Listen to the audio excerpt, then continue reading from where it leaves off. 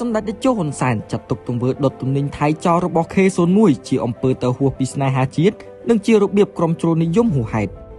សម្ដេចតេជោហ៊ុនសែនបង្ហាញការខកចិត្តចំពោះលោក K01 ដែលប្រមូលមនុស្សថតវីដេអូធ្វើសកម្មភាពពាក់ព័ន្ធការដុតចោលទំនិញថៃហើយបង្ហោះលើបណ្ដាញសង្គមដោយសម្ដេចតេជោបានចាត់ទុកទង្វើនេះជាទង្វើទៅហួសពីស្នេហាជាតិនិងជារបៀបក្រុមជ្រុលនិយមហួសហេតុនៅយប់ថ្ងៃទី20ខែតុលាសម្ដេចតេជោហ៊ុនសែនបានបង្ហោះសារលើទំព័រ Facebook យ៉ាងដូចនេះថាសម្ដេចទើបបានមើលវីដេអូរយៈពេល8នាទីរបស់ក្រុមដែលដឹកនាំដោយលោក K01 តាក់ទងដល់ការធ្វើពហិការឈប់ប្រើប្រាស់ទំនិញថៃសម្ដេចពិតជាមានការខកចិត្តចំពោះទង្វើមិនគប្បីរបស់បងប្អូននេះពិសេសសម្រាប់លោក K01 តែម្ដងសម្ដេចតេជោគូបញ្ជាក់ថាការដុតចោលទំនិញថៃការដាក់បណ្ដាសាចំពោះអ្នកលក់ទំនិញថៃដែលនៅសេសសល់លក់មិនទាន់អស់គឺជាអំពើទៅហួសពីស្នេហាជាតិនិងជារបៀបក្រុមជ្រុលនិយមហួសហេតុសម្ដេចតេជោប្រធានព្រឹទ្ធសភាបានបញ្ជាក់ថាប្រជាជនកម្ពុជាច្រើនណាស់ដែលធ្វើពហិការមិនប្រើប្រាស់ទំនិញថៃស្ទើរតែ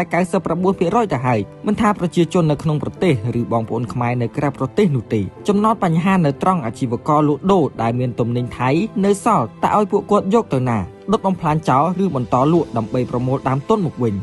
ប្រសិនបើ K01 មានប្រាក់សូមទៅទិញទំនិញដែលនៅសេសសល់ទាំងនោះធ្វើជាចំណីសត្វប្រសើរជាងដុតចោលដូច K01 បានធ្វើដែលមាននៅក្នុងវីដេអូនេះបើមនុស្សមិនទទួលទានទុកឲ្យសត្វស៊ីប្រសើរជាងដុតកំទេចចោលសម្ដេចតេជោបានសង្កត់ធ្ងន់បែបនេះខ្ញុំសូមឲ្យ K01 បញ្ឈប់សកម្មភាពបែបឈួតៗនេះជាបន្ទាន់និងចូលរួមពង្រឹងតម្លៃសីលធម៌សុជីវធម៌គុណធម៌និងភាពថ្លៃថ្នូររបស់ជាតិ